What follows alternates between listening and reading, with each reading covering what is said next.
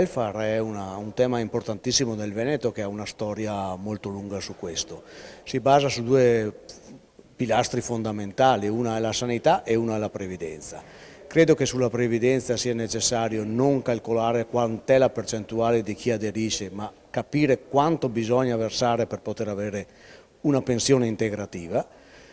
E sotto il profilo della sanità credo che il fondo sanitario che c'è in Veneto sia molto importante perché è integrato nel sistema sanitario del Veneto, un sistema sanitario che è un po' in difficoltà ma che ha una bella storia, e credo che insieme al welfare e insieme a iniziative importanti come queste si possa fare del Veneto qualcosa di più grande anche di quello che già è.